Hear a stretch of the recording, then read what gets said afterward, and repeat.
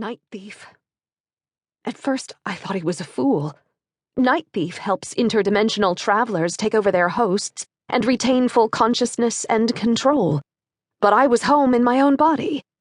Was he trying to poison me? Night Thief took months to kill. I shuddered, and then I couldn't move. Not my head, not my hand. Yet my lungs breathed without me, and my voice spoke someone else's words. About time.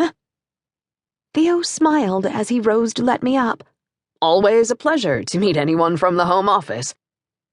I would have screamed if I could. The 3 dimensions in which Triad existed were my own, the Triadverse, a world very close to my own but only a few years ahead in technology, and the home office, a futuristic hellscape where ruthlessness ruled and profit was God. During my adventures in different dimensions, I've lived within many of my other selves and learned who I would be if history had unfolded just a bit differently. I could dwell in a Russian palace or under the sea.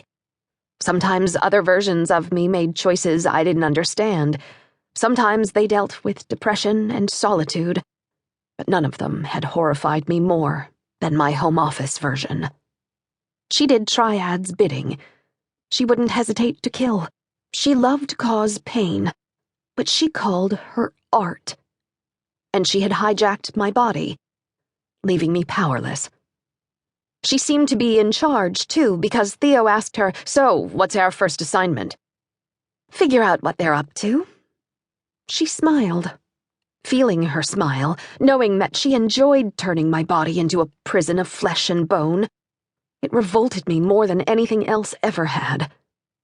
My parents aren't the kind of people to surrender, even if it's the smart thing to do, in any universe. But once the versions here have been outsmarted a few times, sabotaged a few times more, well, we might be able to bring them in line yet. Theo nodded and helped her to her feet. "And if we don't get them to work for our cause?" She laughed. "Then it's time for this dimension to die." The Firebird only allows you to visit universes in which you exist, because your consciousness can only leap into another version of yourself. I prided myself on taking good care of the other Marguerites, on getting them out of any danger I got them into. But then I caused some problems I couldn't solve.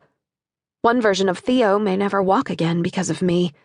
Another Marguerite has been caught up in a multi-dimensional conspiracy she should never have had to be a part of.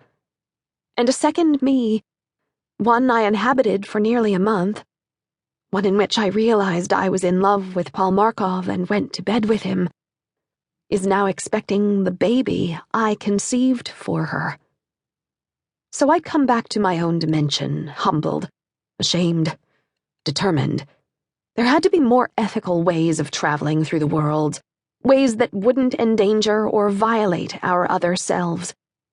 But I had no idea how profound the violation was until another Marguerite leaped into me. "Look at this mess," sneered the other Marguerite in my body, the one I'd already begun to think of as the wicked Marguerite. She shoved a stack of papers covered with scribbled formulae, and they fluttered to the Turkish rug on the floor. As she glanced around the room through my eyes, at the books and the potted plants, the blackboard paint wall with its chalk equations, and the rainbow table Josie and I hand-painted as children, she didn't see home. Instead, my lips curled in contempt. Primitive. Disorganized. They might as well live in a cave. "Yeah, well, you have to stick around in this cave for a while, so get used to it." Theo kicked back in one of the chairs, resting his chucks on the edge of the table. "What's the game plan?" "We pretend to belong here." The wicked Marguerite looked down at the bracelet on my wrist with distaste, then slid it off. "You're good at that, I know. We don't sabotage them right away. We wait, let them think the crisis is over, catch them off guard. But there's one problem we have to take care of right away, and that's Paul Markov." My terror deepened. Paul knew about most of this. I'd been able to tell him the most important parts back in the Cambridge-verse, but that knowledge had put his life in danger. My parents had never